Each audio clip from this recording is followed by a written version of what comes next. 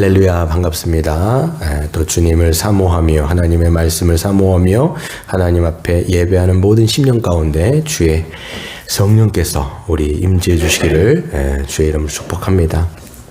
오늘은 요한계시록 첫 번째 시간입니다. 오늘부터는 요한계시록을 말씀드린 것처럼 같이 강의하고 공부를 하도록 하겠습니다.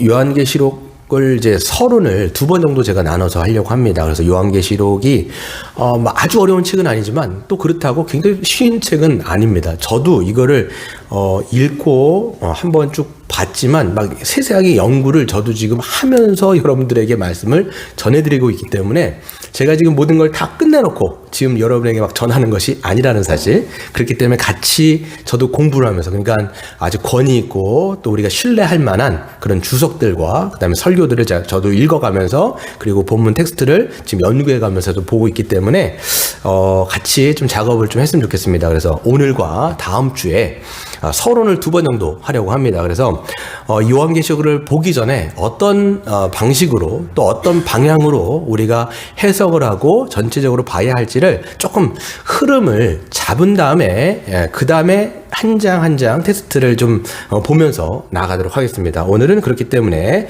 서론격이죠. 전체의 방향, 이런 것들을 한번 좀 보도록 하겠습니다.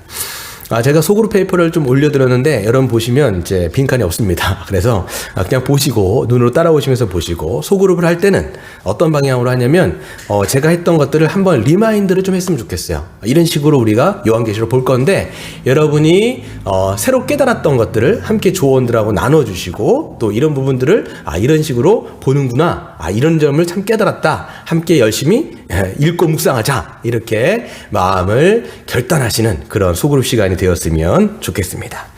첫 번째인데요. 우리 요한계시록에 대한 이제 선입견이 있습니다. 이제 계시록을 보시면 이제 계시록을 잘 읽지 않는 이유, 물론 이제 성경 전체를 다 읽진 않지만 특별히 요한계시록까지 읽지 못하는 이유, 이것이 이제 있는 이유가 있는데, 공통된 반응이 첫 번째는 어렵다, 두 번째는 무섭다, 이거예요. 어렵다, 무섭다. 이것 때문에 오히려 요한계시록을 보기를 좀 두려워하시는 분들도 있고, 막 보면 이제 굉장히 어렵게 느껴지는 이제 일들이 생깁니다. 왜 그러냐면 이 어렵다고 하는 이유는 이제 많은 상징들이 나와요. 그리고 거기에는 많은 숫자들이 나오기 때문에 이게 뭐야? 이런 생각이 드는 거죠. 그래서 보시면 여러 가지 상징들이 있어요. 나중에 우리가 살펴보겠지만, 6장 같은 데서 보면 흰 말이 등장하고, 그 다음에 두 번째 말이 붉은 말이 등장하고, 검은색 말이 등장하고, 청황색 말이 막 등장해요. 말이 등장할 때마다 막 재앙들이 쏟아지게 되어지고 사람들이 막 죽는 일들이 벌어진단 말이에요. 또 요한계시록 13장에 가시면 뿔이 달린 짐승들이 막 나옵니다. 근데 막 그거를 머리로 막 상상해서 그림을 그리잖아요. 그러면 굉장히 괴기스럽고 공포스럽고, 그리고 좀 어떻게 보면 이게 어떤 그림이지? 하고 아마 의아해할 정도로 이런 그림들이 나오는 거죠. 보면요, 머리는 7개인데 뿔이 10개예요. 그러면 뿔이 몇 개가 남죠? 3개가 남잖아요. 그러니까 말이 이게 무슨 그림이야? 이렇게 할 정도로 상징들이 굉장히 많이 나온다. 그리고 우리가 요한계시록 하면 숫자들 나오잖아요. 14만 4천이라든지, 그 다음에 666이라든지, 이런 숫자들이 곳곳에 등장한단 말이에요. 13이라는 숫자, 7이라는 숫자, 이런 것들이 굉장히 많이 등장하는데, 이런 숫자들이 우리에겐 굉장히 난해한 그런 그 이유들로 다가온다라는 거죠. 근데 여러분 잘 보시면요, 앞으로 더 설명드리겠지만 요한계시록에서 이 상징들과 숫자들은 대부분 어디에 바탕이 되어 있냐면 구약이에요. 특별히 상징들은 다 거의 100% 구약이에요. 그래서 다니엘서라든지, 그 다음에 출애굽기라든지, 에스겔서라든지 그런 데로 돌아가게 되어지면 거기에 이미 다 상징들이 그런 그림 언어들 있잖아요. 짐승들이라든지 그런 말들이라든지 이런 것들이 이미 다 나와 있습니다. 그래서 구약과 함께 우리가 한 세트로 볼 때 바르게 우리가 해석할 수가 있습니다. 충분히 해석할 수 있어요. 어렵지 않습니다. 그런 면에서. 그 다음에 숫자도 마찬가지예요. 여러분 숫자 14만 4천 666이라는 숫자도 어디에 배경을 두고 있냐면, 그 당시 이 성경이 쓰여질 그 당시 유대인들의 숫자관, 숫자관 거기에서 인용되어 있다라는 사실을 알 수가 있습니다. 앞으로 제가 설명을 드리겠지만 뭐 14만 4천이라는 것도 뭐 그런 이단들이 설명했던 것처럼 뭐 이렇게 14만 그 문자적으로 14만 4천 그 수에 들지 못하면 구원받지 못한다 이런 게 아니라 14만 4천은 12라고 하는 12는 성경에서 하나님 백성의 숫자입니다. 그래서 12지파, 뭐 12사도 이게 다 12가 하나님의 백성의 숫자죠. 그거를 곱한 다음에 많다라고 하는 1000을 곱했기 때문에 이거는 교회를 상징하는 거죠. 뭐 이런 식이에요. 그래서 12와 1000이라는 숫자도 다 유대인들의 숫자관인 거죠. 또 특별히 666 아주 요즘에 뭐 많이 막 오해가 되고 있는 건데 이것도 여러분 우리나라 사람들이요 4라는 숫자를 굉장히 싫어하잖아요. 왜? 재수없다고 생각한단 말이에요. 그래서 엘리베이터 같은 데도 4라는 것보다도 F라는 게 있는데 유대인은 4라는 숫자가 아니라 6이라는 숫자를 굉장히 싫어합니다. 지금도 마찬가지고 그 당시에도 마찬가지고. 왜? 7이라는 숫자가 하나님의 숫자이기 때문에 7이라고 하는 숫자에 1이라고 하는 게 빠져 있어요. 그렇기 때문에 이 6이라고 하는 숫자는 유대인들에게 있어서 불충분함, 악함이라고 하는 그런 의미로 그들은 굉장히 싫어하는 숫자가 6입니다. 그렇기 때문에 6이라는 게 3번이나 나오면 그들에겐 굉장히 재수없는 숫자고 악한 숫자고 아주 안 좋은 숫자죠. 이런 방식으로 우리가 보다 보면 이거는 굉장히 어려운 책들이 아니라 이런 바탕에 쓰여 있구나라는 것들을 알 수가 있는 것이죠. 그래서 상징과 숫자를 우리가 바르게만 해석한다면 결코 어려운 책이 아니다. 라는 것들 여러분들이 조금 머리에 새겨두시고 그 다음에 나가셨으면 좋겠습니다. 제가 다음 주에 더 이런 상징과 숫자에 대해서는 다시 한번 말씀을 드릴 거예요. 여기까지만 하고요. 그 다음에 두 번째, 무섭다라는 반응이 있죠. 이건 무섭다라는 거. 아까도 말씀드렸듯이 막 말들이 나와가지고 짐승들이 나와가지고 막 사람들을 막 어떻게 합니까? 죽이기도 하고 공포스럽기도 합니다. 그래서 예전에 세대주의에서 만들었던 어떤 영화 같은 거, 뭐 Left Behind라고 하는 영화 같은 데도 보면 아주 공포스럽게 짝이 없습니다. 이게 보면 뭐 이런 내용이에요. 갑자기 비행기가 가다가 휴거돼 갖고 들림받는 사람들이 갑자기 생기잖아요. 그러니까 기장이 운전하다가 갑자기 휴거돼. 그럼 운전하는 사람이 없어요. 그러니까 뭐 비행기가 떨어지기도 하고 운전을 하다가 운전사가 갑자기 휴거가 되는 바람에 이 자동차가 갑자기 난간을 들이받고 뭐 밑으로 떨어지는 이런 방식으로 우리가 생각하면 안 된다라는 거예요. 이런 Left Behind 같은 세대주의적인 영화는 굉장히 잘못된 이거를 오석한 이 요한계시록을 오석해서 오히려 신자들을 두렵게 만들고 공포스럽게 만들었던 내용들이 다 이런 내용들인데 이거는 틀렸어요. 다 틀린 내용들입니다. 그러니까 오히려 이런 것들을 우리가 요한계시록을 보면서 거기서 이제 심판이 3개가 나와요. 여러분 기억하세요. 3개의 심판이 나오는데 7 인심판, 7 나팔 심판, 7 대전 심판. 여러분 이건 기억하세요. 7 인, 7 나팔, 7 대접. 그러니까 7개의 이 심판이 막 쏟아져요. 쏟아지니까 사람들이 죽어나가잖아요. 심판을 막 당하잖아요. 그러니까 이걸 보면서 나중에 덮게 되는 거예요. 너무 무섭다. 너무 공포스럽다. 우리가 과연 맨 마지막 때 휴거 당하지 않으면 우리 다 죽을 텐데 어떡하지? 이런 방식으로 읽어 나가는데 전혀 그렇지가 않다라는 것들을 말씀드려야 돼요. 이게 지금 여러분 요한계시록이 언제 쓰여 있는 거냐면 그 당시 이 쓰여지는 당시는 도미티안이라고 하는 황제의 그 핍박과 박해 가운데 기독교 즉 교회가 박해와 핍박을 당하고 있는 그런 상황에서 사도 요한이 쓰고 있잖아요. 그러니까 지금 어떤 거냐면 심판이 교회들에게 주어진다라는 걸 쓴 게 아니에요. 지금 너희들이 지금 이 로마 황제의 핍박과 박해를 받고 있지만 봐라 열린 하늘을 보니까 열린 문이 있는데 거기서 막 심판이 막 쏟아지고 있는데 그 심판은 지금 우리 교회들을 향한 것이 아니라 하나님을 대적하고 교회를 박해하고 있는 저 하나님을 대적하는 저 권세들과 악한 자들을 향해서 지금 이 심판들이 쏟아지고 있다라는 것들을 분명하게 보여주면서 오히려 교회에는 이것이 용기를 주는 것이고 소망을 주고 있는 책이라는 걸 여러분들이 잘 아셔야 돼요. 그래서 신자는 결국은 이 책을 보면서 두려워하는 것이 아니라 마지막에는 우리가 승리하는구나. 마지막에는 우리가 이렇게 영광스러운 존재로 우리가 거룩한 성 예루살렘에 우리가 들어가는구나 라는 것들을 보는 그런 아주 영광스럽고 소망의 책이라는 사실을 아셔야 돼요. 그래서 어떤 책에 보면 이런 내용이 나와요. 8살짜리가 요한계시를 읽으면서 딱 책을 덮으면서 이런 얘기를 했대요. 그러니까 결국은 교회가 승리한다는 내용이네요? 이렇게 얘기를 했다라는 거예요.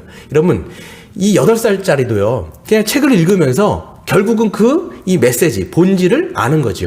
두려워할 책이 아니라 우리에게는 너무나 소망이 되는 책이다라는 것을 여러분들 인식하셔야 됩니다. 큰 두 번째는요. 그럼 요한계시록을 읽어야 되는 이유가 무엇인가라고 보면 첫 번째는 요한계시록을 알면 성경 전체를 우리가 이해할 수가 있습니다. 그래서 성경은 하나님의 구속의 드라마다.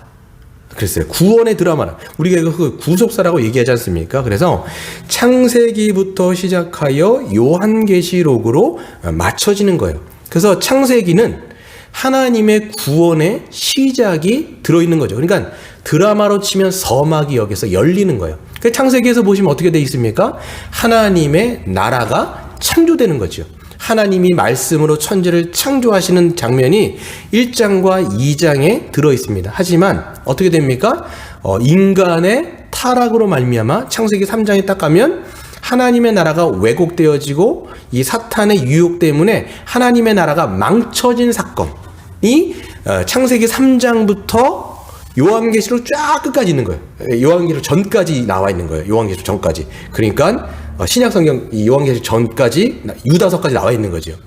그러면 하나님의 나라가 탄생이 되었는데 인간의 죄로 말미암아 왜곡되어진 이 나라를 하나님이 어떻게 다루어 가시는지를 보여주면서 맨 마지막 요한계시록을 통하여서 어떻게 하나님의 나라가 완성이 되어지는지를 보여주는 게 바로 이 요한계시록 정점에 있는 거죠. 그래서 창세기를 서막으로 이야기하면 요한계시록은 종막이다 라고 말씀드릴 수 있고요. 제가 한 책에 보니까 이런 설명이 되어 있어요.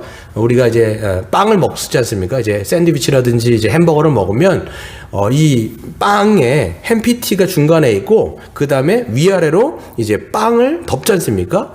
이게 바로 창세기 1, 2장이 이 빵의 윗부분이라면 요한계시록 맨 밑에 이 요한계시록 이게 바로 이 빵의 밑부분이다라고 이야기할 수가 있는 것입니다. 그래서 요한계시록을 모르면 성경의 결론을 모르게 되는 거죠. 여러분 우리가 영화를 본다고 할 때 어떤 영화를 딱 봐요.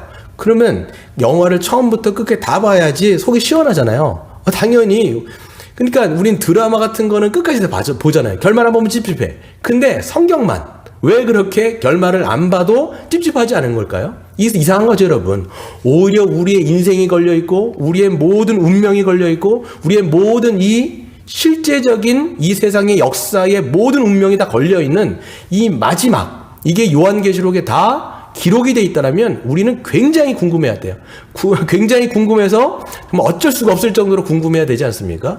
그렇기 때문에 우리가 요한계시록 반드시 마지막까지 읽어야 우리가 이제 속이 시원한 정도가 아니라 마지막을 알면 두렵지가 않은 거예요. 그래서 제가 한홍 목사님의 요한계시록 설교를 샀는데 제목 자체가 이거예요.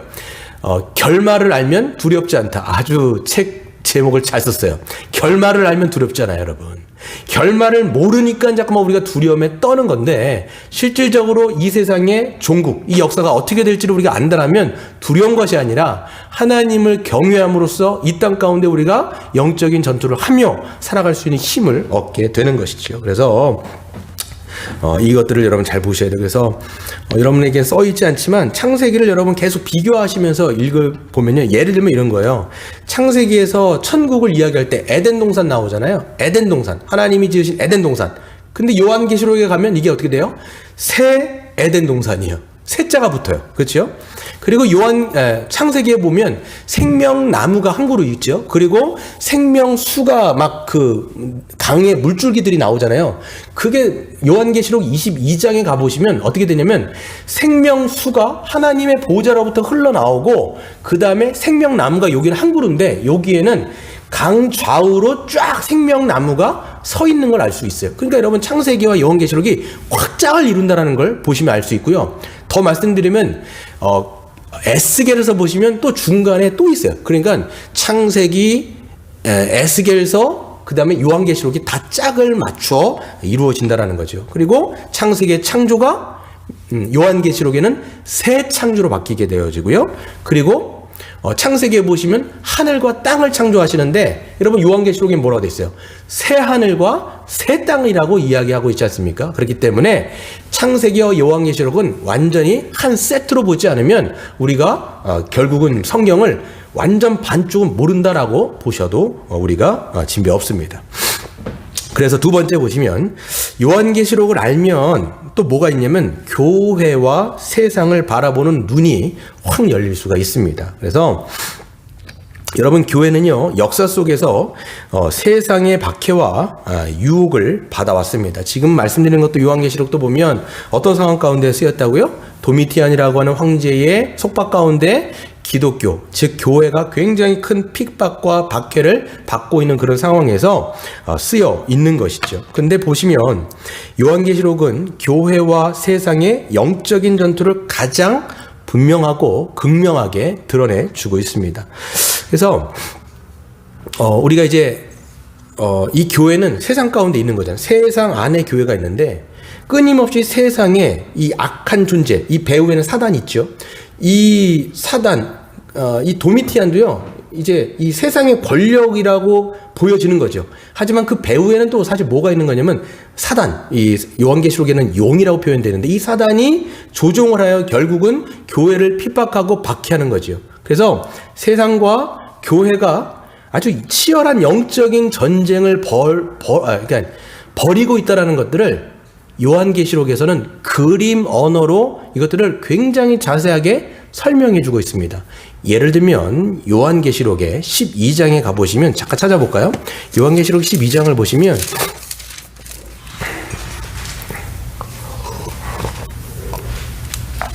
여기서 이제 용이 등장해요. 용은 사탄입니다. 사탄이 4절에 보시면 그 꼬리가 하늘의 별 3분의 1을 끌어다가 땅에 던지더라. 용이 해산하려는 여자 앞에서, 여기서 여자, 다 설명은 나중에 드리겠지만 이 여자는 교회예요. 교회 앞에서 그가 해산하려던 그 아이를 삼키고자 하더니, 아이는 예수 그리스도를 얘기합니다. 근데 여자가 아들을 낳으니 이는 장차 철장으로 만국을 다스릴 남자라. 그 아이를 하나님 앞과 그 보호자 앞으로 올려가더라. 지금 좀 얘기하는 건 뭐냐면 이제 이 용이, 즉 예수 그리스도를 죽이려고 해요. 근데 결국은 교회를 통해서 예수 그리스도가 태어납니다. 이게 신구약 교회를 다 얘기하는 건데 이건 더 나중에 말씀드려야 되는데, 하여튼 하는데 이 장차 태어날 이 아이 예수 그리스도를 죽이려고 하는데 실패해요. 이 용이. 그러면서 결국은 이 아이가 하늘 위로 올라갑니다. 이거는 예수 그리스도의 승천을 의미하죠. 남은 건 누구예요? 교회가 남지요. 그러면 이 사단은 결국 자기가 이 예수 그리스도를 죽이려고 했던 그 계획이 실패하자 누구로 괴롭히게 되냐면 이 땅에 남아있는 지상에 있는 교회, 주님의 몸된 교회를 막 그냥 공격하려고 하는 그런 것들을 지금 요한은 그림 언어로, 본 환상을 지금 그림 언어로 묘사하고 있는 거죠. 그래서 13절 같은 데 보세요. 용이 자기가 땅으로 내쫓긴 것을 보고 남자를 낳은 여자를 박해하는지라. 계속 박해하는 거예요. 나중에는 막 어떻게 하냐면 이 여자가 여자가 아니죠. 용이 물을 막 토해내가지고 여자를 막 죽이려고 해요. 그러면 와가지고 이 여자를 누군가가 구해주고 땅이 막 벌어지면서 물을 흡수해가지고 여자가 막 살게 되어지는 그런 일들이 벌어지는데, 바로 어떤 것들을 보여주는 거냐면 이 세상, 이 사단의 배후가 있는 이 세상, 악한 존재인 이 세상이 끊임없이 이 교회를 핍박하고 박해하고 유혹하고 있다는 것들을 아주 그림 언어로 아주 극명하게 보여주고 있는 거죠. 그러니까 우리는 뭘 알 수 있냐면 요한계시록 보면 세상의 이 악한 본질은 바로 저런 이 악의 존재가 바로 이 배후에는 사단이 있구나라는 것들을 우리는 분명하게 분별할 수 있게 되는 것이죠. 이런 것들을 여러분 존 버녀는 허영의 시장을 통해서 이 세상이 얼마나 헛된지, 그리고 이 세상이 얼마나 악한지를 그 번연도 그림 언어로 보여줬던 것처럼 요한계시록도 마찬가지로 이렇게 보여주고 있는 거죠. 그에 반해서 이 교회, 막 세상의 핍박과 박해를 받으면서 너무나 연약해 보이고 너무나 어떻게 보면 보잘것없어 보이는 이 교회가, 그럼에도 불구하고 우리 주님께서 이 교회를 지금 붙잡고 계시구나. 이걸 알 수 있어요. 여러분 요한계시록 나중에 보시면 알겠지만 2장 같은 데서 보시면 7 촛대 사이를 거니시는 예수 그리스도께서, 이게 뭐냐면 그리스도께서 그 교회를 붙들고 있다라는 거예요. 지금도 붙들고 계시며, 붙들고 있다는 게 뭐냐면 지키고 있다라는 거예요. 네. 그 세상의 핍박과 박해 가운데서도 주님이 그 권능의 손으로 붙잡고 보호하고 계시다라는 것들을 2장을 통해서 보여주는 거죠. 뿐만 아니라 마지막에 교회는 핍박받아 박해받아 실패할 것처럼 보이는 이 교회가 결국은 영광스러운 교회 가운데 나중에는 완성될 것들을 보여주면서 교회의 영광스러움을 보여주고 있는 것이죠. 이런 내용들이 보여지는 거예요. 그것을 통해서, 그렇기 때문에 요한계시록을 통해서 우리가 영적인 전쟁에 우리가 승리할 수 있는 지혜와 또 믿음 또한 우리에게 보여주고 있는 것이죠. 세 번째를 보시면 요한계시록을 잘 알면 이단과 사이비 집단의 미혹을 분별할 수가 있습니다. 이게 문제가 뭐냐면 이제 기존의 교회들이, 기성교회들이요, 요한계시록을 많이 안 봅니다. 왜 그러냐면 이걸 해석하는 게 너무 난해하다, 혹은 이걸 잘못 해석하면 안 된다라고 하는 그런 선입견 때문에 목회자들도 요한계시록을 잘 해석하기를 힘들어하거나 좀 때로는 약간 회피하는 경우가 있죠. 물론 존 칼빈도요, 그런 이유 때문에 한 건 아니지만, 존 칼빈이 성경 66권 중에 65권은 다 주석을 했습니다. 그래서 칼빈의 주석이 다 나와 있어요. 그런데 맨 마지막 66권에 그 요한계시록만 주석하지 않았어요. 왜 그러냐면 그 당시 누굽니까, 중세 시대의 카톨릭 사람들, 카톨릭에서 이 성도들을 우민화시키기 위해서, 하나님의 말씀으로 그들을 아주 어리석게 만들기 위해서 요한계시록을 잘못 해석하는 부분들이 너무나 많았기 때문에 오히려 칼빈은 그것을 해석하진 않았습니다. 근데 좀 저는 칼빈이 해석을 해줘서 오히려 말씀의 기준을 잡았다라면 그때 좀 영적인 싸움을 했을 텐데 그걸 하지 못한 게 아쉽다라는 생각이 있어요.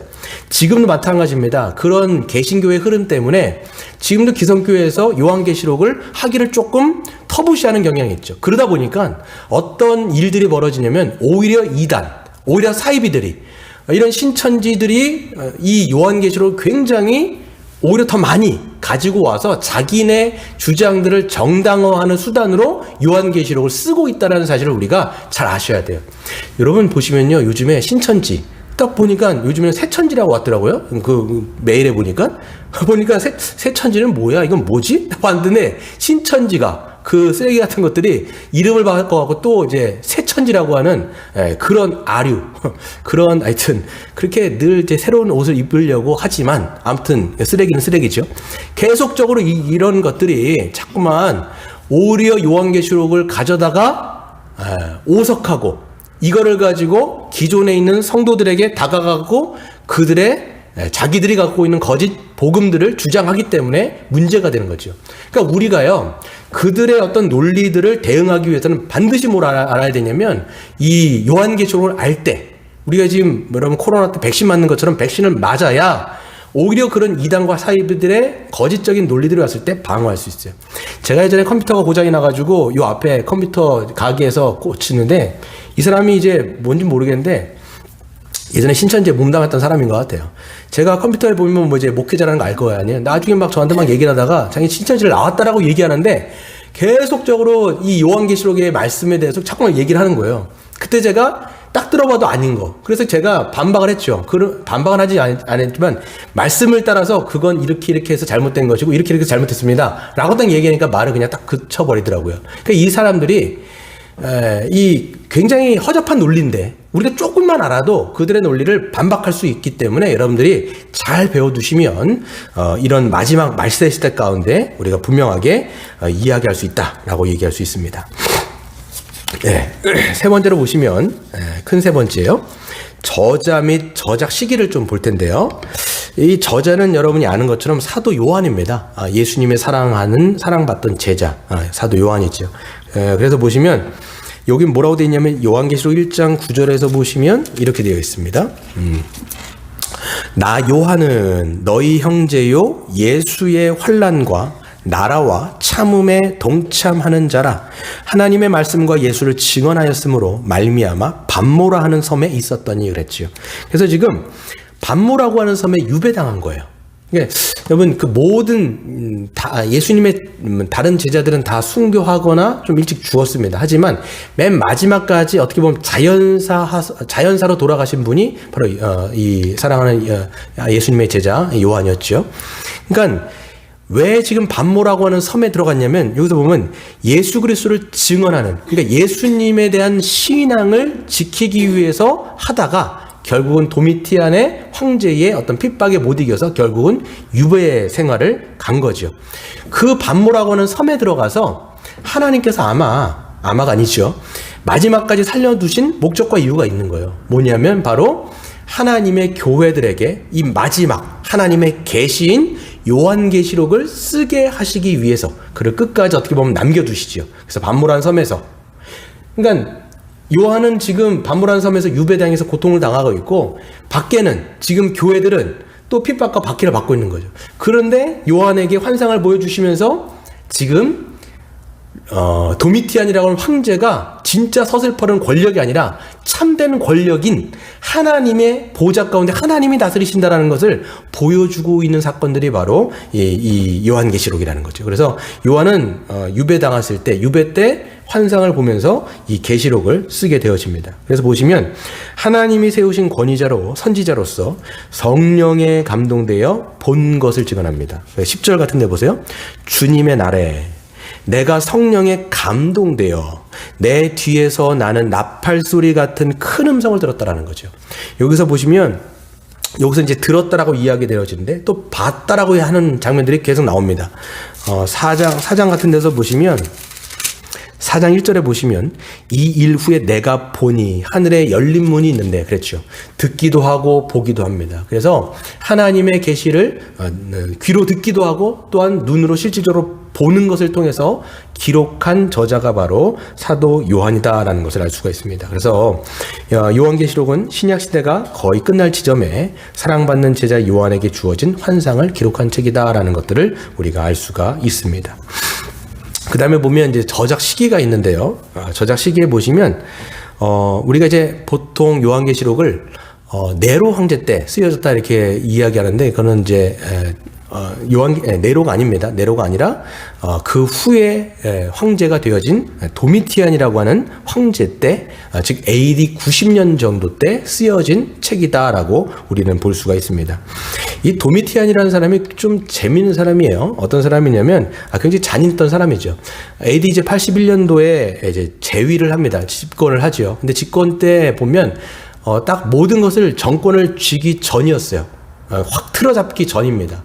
근데 어떤 정책을 그가 실행하려고 했는데 기독교인들 때문에 자기의 어떤 정책이 불발로 돌아갑니다. 그래서 도미티안은 이 기독교인들에 대해서 굉장히 안 좋은 감정을 갖고 있었어요. 근데 어떻게 할 수는 없었어요. 왜? 확 뭔가를 정권을 틀어잡기 전이었기 때문에 감정은 좋지 않고 내버려 둔 거죠. 그러면서 이 도미티안이 자기의 재위 시절에 두 가지 큰 일을 하는데, 하나는 뭐냐면 그리스 로마 신들 있잖아요. 그 신들을 위하여 신전들을 복원하기 시작합니다. 굉장히 큰 사업을 한 거죠.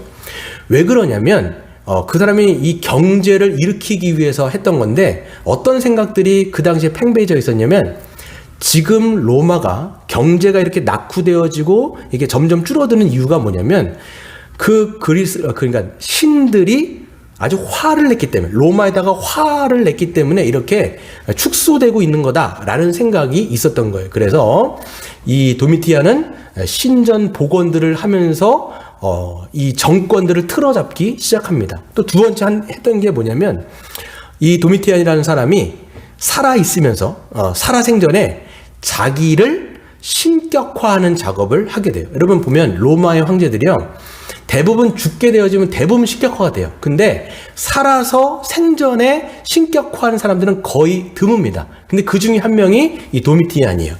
그러면서 이런 연설을 했어요. 어떤 연설이냐면, 사람들이 다 있는 앞에서 이렇게 얘기합니다. 여러분, 제가 여러분에게 거짓말을 했습니다. 그러니까 사람들이 막 주목하죠. 저는 어떤 거짓말이냐면, 저는 사람이 아니라 신입니다. 이런 얘기를 했어요. 그럼 사람들이 이렇게 좀 당황해야 되는데, 그 이야기를 들으면서 다 열광을 했습니다. 왜 그러냐면, 로마 시민들이 자기들의 나라는 황제가 다스리는 나라가 아니라 신이 다스리는 나라다라고 생각했기 때문에 굉장히 열광적으로 환호하고 그를 정말 신격화하는데 아주 그냥 그 지지를 했죠. 그랬을 때 이 도미티안 황제가 자기를 가리켜서 뭐라고 이야기하냐면 도미누스 에 데우스. 이게 뭐냐면 도미누스가 주님이자 하나님이다라는 말을 그때부터 칭호를 쓰기 시작하는 거예요. 도미누스 에 데우스. 그러니까 여기에 반발했던 집단이 딱 하나 있죠. 바로 누굽니까? 기독교인들인 거예요. 기독교인들은 거기에 지지할 수가 없어요. 오직 우리에게는 오직 유일하신 주님이자 하나님은 바로 예수 그리스도밖에 없다라는 것들을 했기 때문에 그들은 여러분 요한계시록에 보면 그래서 사도 요한이 계속 그 도미누스 에 데우스라고 하는 것과 반대대로 우리 주 예수 그리스도, 우리 주 예수 그리스도, 우리에게는 오직 예수 그리스도만이 하나님이자 주님이다. 이런 것들을 반복적으로 썼던 이유이기도 합니다. 그렇기 때문에 그때부터 도미티안은 눈이 뒤집혀서 누구를 핍박합니까? 기독교인들을 그렇게 박해하기 시작한 거죠. 그 네로와 도미티안을 좀 비교해 보면요. 네로 때도 이 기독교인들에 대해서 박해가 있었어요. 근데 그때는 굉장히 국지적이었습니다. 로마 안에만 국한되어 있다면 도미티안 때부터는 그 일이 발발한 이후로부터는 소아시아 전체적으로 확대되어지면서 이게 전국구로 아주 확대되어졌기 때문에 그때 보시면 로마 같은데 카타콤이라든지 그러니까 그리스도인들이 이 세상 바깥에 있기가 너무 어려우니까 카타콤을 만들어 가지고 지하로 들어갔던 그런 일들이 많아졌죠. 그래서 보시면 여러분 이탈리아 같은 데서 보면 카타콤 많지 않습니까? 그 당시 그때 그 기독교인들의 그 키가요 굉장히 작았다고. 어른이 돼봤자 130 정도. 왜 그러냐면 여러분 지하 안에서 몇백 년 동안 있었던 거예요. 그러니까 이 사람들이 햇빛을 보지 못했기 때문에 그렇게 키가 작거나 또 굉장히 이 뭡니까? 몸이 약한 상태로 그렇게 핍박을 견뎠다라고 하는 역사적인 자료들이 있습니다. 그런 시대에 지금 이게 쓰여 있다는 걸 여러분들이 알 수가 있죠. 우리 4번 보도록 하겠습니다. 조금 빨리 나갈게요. 요한계시록 구조와 주제를 좀 보시면요. 이게 좀 중요한데요. 전체 구조를 여러분이 조금 머리에다 두시고 읽는 게 중요합니다. 서론이 있습니다. 구조를 전체를 보시면 전체가 22장이잖아요. 22장이 있는데 1장 1절부터 8절까지가 서론이에요. 네, 그래서 사도 요한이 이걸 어떻게 계시를 받았고 어떻게 지금 너희들에게 편지를 쓰고 있는지 이렇게 보여주고 있는 거고요. 본론을 보시면 1장 9절에서부터 22장 5절까지가 크게 본론입니다. 근데 본론이 중요하겠죠. 본론은 어떤 내용이냐면 4가지의 환상으로 주어져 있습니다. 그래서 제1환상이 1장 9절부터 3장까지 있는데요. 여기서 보면 7 촛대가 나오죠. 즉 7 교회, 즉 에서버두 그 7 교회 있잖아요. 그 7 교회에 대한 환상이 나오는데 이게 뭐냐면 뒤에 좀 설명하겠지만 사도 요한이 계시를 받은 다음에 바깥에 있는 교회들, 소아시아에 있는 7개의 교회들에게 이 편지를 밖으로 반출하지 않습니까? 그러면서 그 7교회들의 내용이 이 첫 번째 환상에 담겨 있는 내용들입니다. 그러니까 교회에 관한 환상이에요. 두 번째, 제2환상은요, 4장 1절부터 16장 21절까지인데요. 보면 여기에 7인, 7 나팔, 7 대접의 심판 시리즈, 3개의 심판 시리즈가 있는데 누구에 관한 환상입니까? 바로 세상에 관한 이 환상을 쓰고 있습니다. 세 번째 제3의 환상을 보시면요, 17장부터 20장까지인데요. 큰 성 바벨론이 한순간에 망하는 그런 내용이 바로 제3환상에 있습니다. 그게 바로 세상에 관한 환상이죠.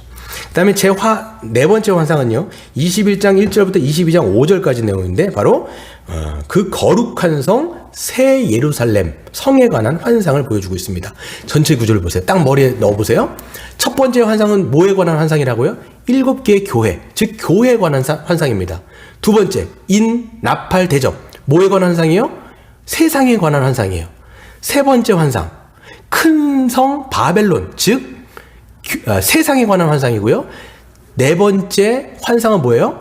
거룩한 성 예루살렘, 즉 교회에 관한 환상이죠. 다시 말해서 교회, 세상, 세상, 교회. 이렇게 환상이 맞물려 있다는 걸 우리가 알 때 구조를 딱 보면 그렇구나. 교회에 대한 환상, 세상, 세상, 교회. 이런 환상으로 되어 있네. 여러분 구조만 좀 알면요. 이게 그렇게 복잡해지지 않습니다. 그래서 여러분 안에 이 구조를 좀 머리에 넣어두시는 게 중요하겠죠. 그리고 마지막 결론이 22장 6절부터 21절까지인데 바로 어떻게 됩니까? 여기에 이제 쫙 하나님의 마지막 이 회복과 이 약속들이 이제 나와 있는 거죠. 이것들 좀 약간 좀 더 자세히 보면요. 제1환상의 주제를 보시면 아까도 말씀드린 것처럼 그 교회에 관한 환상입니다. 7개의 교회죠. 그 당시 로마 제국 치하에 있던 소아시아의 7교회입니다. 진짜 그 당시에 있었던 교회예요. 여러분 보세요. 좀 잠깐 빠르게 한번 훑어볼 텐데요. 2장에서 보세요. 2장에 지금 어떤 교회가 있어요? 2장 1절에 에베소 교회에게 편지하라 돼 있죠. 에베소 교회가 나와요. 8절, 2장 8절 서머나 교회 사자에게 편지하라. 서머나 교회 나오죠. 그 다음에 2장 12절 버가모 교회 사자에게 편지하라. 버가모 교회가 나와요. 그리고 18절에 보시면 두아디라 교회 사자에게 편지하라 나오죠. 그 다음 3장 1절 사대 교회 사자에게 편지하라. 그 다음에 3장 7절 빌라델비아 교회에게 편지하라. 14절 라오디아 교회에 편지하라. 뭐예요? 에서버두사빌라 7개. 그냥 외워두세요. 에서버두사빌라 7교회에게 지금 주님께서 회람서신 돌려보는 거예요. 그래서 1장 3절에 보시면 이 예언의 말씀을 읽는 자와 듣는 자와 기록된 것을 지키는 자에게 복이 있다. 여기서 읽는다라고 하는 건 그냥 이렇게 얘기하는 게 아니라 모든 교회들은 이걸 받았다라면 전체적으로 읽으라는 거예요. 그러니까 그 당시에는 성경이 이렇게 우리에게 인쇄술이 좋아갖고 돼 있는 게 아니잖아요. 교회마다 그냥 딱 하나의 두루마리 성경밖에 없는 거예요. 그거를 요한 사도로부터 받아가지고 이걸 보는 거예요. 그걸 읽는 거예요. 에베소 교회, 서머나 교회, 사대 교회. 너 지금 고통받고 있잖아. 그런데 우리 주님께서 지금 이렇게 권능으로 행하시니까 너희는 인내해야 돼. 너희는 끝까지 버텨야 돼. 이런 서신을 얘기하고 있는 거죠. 그러니까 여러분 보시면요. 그 당시에 있었던 지상에 전투하는 교회. 그러니까 여러분 이거는 어떤 걸 의미하냐면 그때의 7개의 교회뿐만 아니라 지금 주님께서 다시 오시기 전까지 이 세상에 있는 모든 지상에 있는 그리고 이 세상의 모든 영적인 전투하고 있는 모든 교회를 상징하고 있다고 보시는 것이 올바른 해석이라는 거죠. 여러분 이거 기억하세요. 그래서 재림 때까지 초월해서 지상에 있는 모든, 그래서 지상에 있는 모든 전투하는 교회다라고 얘기를 할 수가 있습니다. 그리고 두 번째 환상의 내용을 보시면요. 이건 세상에 대한 환상이라고 그랬어요. 7인, 7나팔, 7대접의 환상들이 막 쏟아져 나오는데 이거 보고 너무 두려워하지 마시는 게 뭐냐면 여러분 보세요. 요한계시록 4장을 보시면요. 여기서부터가 이제 제2환상이에요. 제2환상이 보시는데 4장 1절에 보시면 이 일 후에 내가 보니 요한이 본 거예요. 하늘에 열린 문이 있는데 쭉 보는 거예요. 2절 보세요. 2절 내가 곧 성령에 감동되었더니 보라 하늘에 보좌를 베풀었고 그 보좌 위에 앉으신 이가인데 그게 누구였어요? 어린 양의 승리하신 예수. 그러니까 여기서 성부 하나님이에요. 성부 하나님께서 보좌 가운데 계시는데 여러분 지금 보면 인, 나팔, 대접 심판이 어디에서부터 쏟아져 나오고 있어요? 바로 열린 문을 보는데 하나님 보좌 가운데서 그 심판들이 막 쏟아져 나가고 있는 거예요. 막 쏟아져 나가는 거예요. 그러니까 이 심판의 그 근원자가 누구세요? 하나님이 하시라는 거예요. 하나님이 그렇게 심판을 쏟아내신다라는 거죠. 그러니까 누구를 향하겠어요? 핍박받고 박해받고 있는 교회들에게 지금 쏟아내겠습니까? 아니죠. 그 교회들, 주님의 몸된 교회를 박해하고 있는 그 세상의 권력들, 거기를 심판하신다라는 것들을 보여주는데 여기서 나중에 좀 다 할 텐데요. 이게 보면요. 여기서 중요한 내용이 나와요. 여기서 보면요. 이 심판이 쏟아져야 되는데 이거를 처음에 봉인을 해제할 사람이 없는 거예요. 그래서 요한이 막 웁니다. 크게 울었어요. 이거를 누가 뜯어주냐? 누가 이 봉인을 해제해갖고 이 심판이 쏟아지냐? 이 심판을 시작할 사람이 없다라는 것 때문에 요한이 우는데 그때 장로가 딱 이야기하죠. 왜 우냐? 여기서 보면 5장 5절에 보면 장로 중 한 사람이 내게 말하되 울지 말아라. 유대 지파의 사자 다윗의 뿌리가 이겼으니 그 두루마리와 그 7인을 떼시리라. 딱 얘기하는 거예요. 누가 떼신다고요? 예수 그리스도.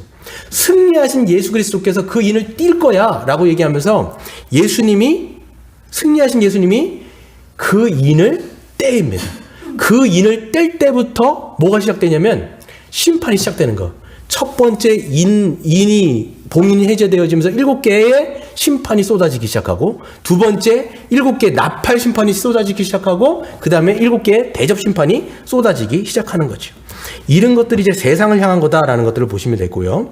근데 여러분, 이게 중요한 게 뭐냐면 심판의 강도가 점점 세진다라는 거예요.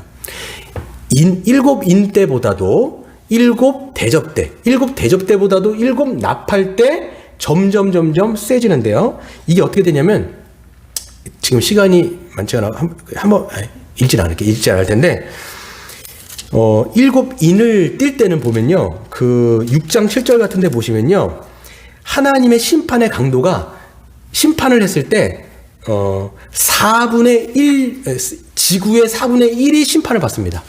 그러니까 땅의 4분의 1이 날아가 버려요. 인심판이 쏟아졌을 때.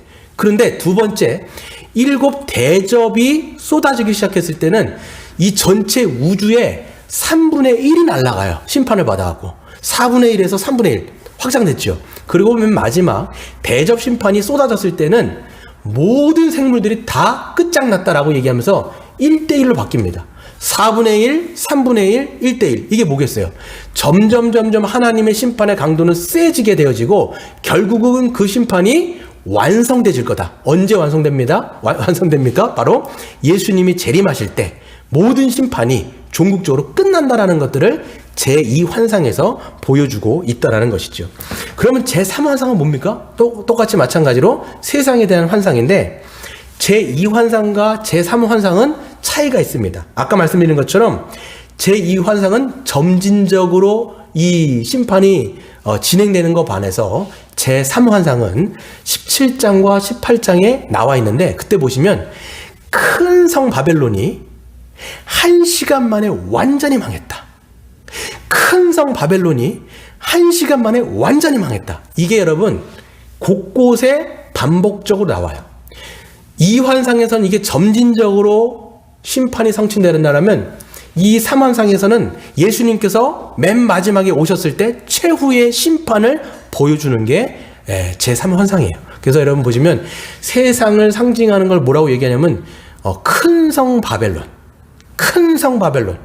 거기에서 보시면 귀신들이 영에 모여있고 사람들의 모든 사치와 허영이 다 모여있는. 그래서 여러분 철로역정에 보면 존 버년이 허영의 시장을 어디에서 봤냐면 요한계시록 17장과 18장을 보면서 모티브를 삼아서 그렸다라는 거예요. 근데 그렇게 세상에 권력들이 있고 아주 화려하고 아주 그냥 그 부가 넘치는 그런 세상인데, 마지막 주님께서 왔을 때 최후의 심판으로 1시간 만에, 이게 뭐예요? 짧은 시간 안에 완전히 망하게 됐다라는 것들을 보여주는 환상이라는 거죠.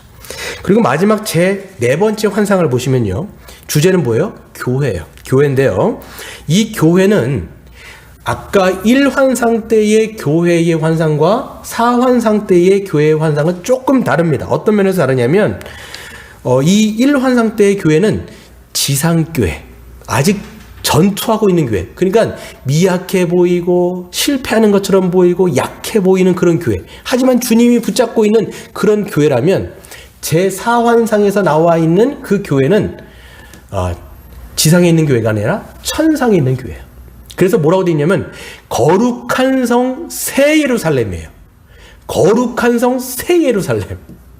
그 거룩한 성 새 예루살렘이 여러분 교회를 얘기하는데, 그때는 천상의 교회요, 맨 마지막 승리한 교회라는 거예요. 더 이상 전투하는 게 아니라 이미 승리를 맛본 그 영광스러운 교회를 그려주고 있는 것이죠. 그래서 여러분 보시면요, 여러분 새 하늘과 새 땅에 누가 들어가십니까? 거룩한 성 새 예루살렘인 교회가 맨 마지막에 새 하늘과 새 땅에 들어가서 그 영광을 누리게 된다는 것을 마지막 제4 환상 때 보여주고 있는 것이죠. 그래서 보시면 결국 뭡니까? 이 구조를 통해서 알 수 있는 건 뭐냐면 세상의 유혹과 핍박 속에 약해 보이는 교회는 결국은 주님이 다시 오실 때 영광스러운 승리를 얻게 될 것이요.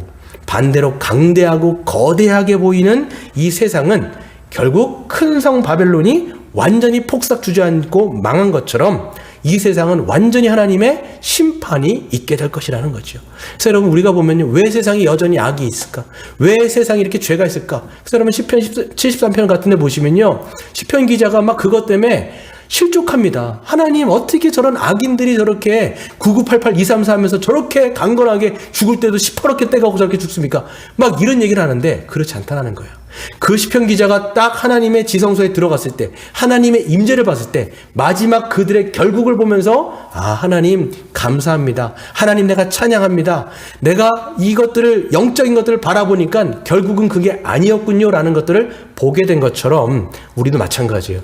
요한계시록을 통해서 봤을 때 교회가 지금 미약하고 아주 힘이 없는 것처럼 보이지만 결국은 승리할 거라는 것들을 보여주는 것이요. 그렇기 때문에 이 목적이 뭡니까? 이 요한계시록을 쓴 목적이 뭐냐면 이 교회들에게 이야기하는 거예요. 너희가 지금 핍박과 유혹과 박해 가운데 어려운 것처럼 보이지만 힘을 내라는 거예요. 너희들 견디라는 거예요. 이 당시 여러분 지금하고는 비교도 안 됩니다. 비교도 안 돼요. 이 도메티안 황제가 여러분 정말 어떻게 죽였냐면 기름가마에 넣어서 죽이기도 하고요. 그 다음에 사자에 밥이 되게 해서 죽이기도 하고요. 정말 산채로 그 사람들의 껍데기를 벗겨가면서 죽이기도 하고요. 여러분 자기의 가족들이 눈앞에 보이는데 자기 애가요 껍데기를 벗겨면서 죽이는 것들을 부모가 봐야 됐고 자녀들이 부모를 또한 봤어야 돼요. 근데 어떻게 여러분 그 신앙을 지킬 수가 있게 힘들지요. 정말 어렵죠. 근데 지금 사도 요한이 뭘 얘기하고 있는 거냐면 그럼에도 불구하고 하나님이 실제적으로 우리를 지키고 보호하시고 맨 마지막에 영광 가운데 우리를 새하늘과 새 땅 가운데 들여 보내실 것이니까 너희는 인내하라는 거예요. 그래서 여러분 요한계시록의 정말 중요한 주제가 뭐냐면 믿음으로 인내하여 끝까지 우리의 신랑이신 우리의 그 어린 양이 이끄시는 대로 가는 자가 거룩한 신부 아닙니까? 그런 교회가 되라는 거예요. 그래서 여러분 보시면요 끊임없이 그 얘기를 하고 있다라는 것이죠. 그래서 여러분 결론입니다. 우리는 이 소망의 책인 요한계시록을 부지런히 읽고 듣고 지킴으로 1장 3절처럼 복을 누리는 시간이 되시기를 바랍니다. 두 번째는 우리는 계시록을 통해서 세상의 본질을 분별함으로써 그 유혹과 핍박을 믿음으로 우리가 인내하며 영적인 싸움을 싸워야 돼요. 여러분 요한계시록 18장 3절인가에 보시면 너희가 그 세상으로부터 나오라는 거예요. Get out of the people 이렇게 얘기를 합니다. 그 세상으로부터 나오라는 거예요. 그 세상에 있지 말고 그 세상이 심판을 당하기 때문에 거기에 머물다가는 너희들도 심판받을 수 있기 때문에 거기서부터 나오라. 이것이 바로 요한계시록의 중요한 주제이기도 합니다. 세 번째, 우리는 계시록을 통해서 그리스도의 복음을 더 분명히 알아요. 여러분, 요한계시록을요, 신학자들은 뭐라고 얘기하면 제5복음이라고 얘기합니다. 여러분, 계시록을요, 우리는 읽으면 읽을수록 누구를 더 알게 되냐면 그리스도가 누군지. 여러분, 1장 1절이 뭐라고 돼 있어요? 그리스도의 계시라는 거예요. 여러분 다른 사람의 계시가 아니라 그리스도의 계시요. 제가 이거 분명히 텍스트를 볼 때 할 텐데 그리스도의 계시라고 얘기하는 건 뭐냐면 그리스도가 주신 계시이기도 하지만 그리스도에 관한 계시예요. 그러니까 여러분 요한계시록을 읽을 때 그리스도를 알지 못하면요 우리는 너무 사변적인 것에 지나가갖고 이상한 방식으로 해석하는데 그리스도를 딱 분명하게 우리가 중심을 붙잡고 십자가 중심 하나님 나라의 복음 중심으로 보게 되어지면 그리스도가 이런 분이구나. 그리스도께서 이런 사역을 하셨구나. 그리스도께서 다시 오셔서 우리를 이 땅 가운데 이렇게 회복시키실 것이구나 라는 것들을 분명히 알기 때문에 우리의 믿음이, 우리의 소망이, 우리의 사랑이 더 충만하게 되게 될 것입니다. 여러분 요한계시록을 통해서 더 분명하게 복음 가운데 천착하시는 저와 여러분 되시기를 주의 이름으로 축원합니다.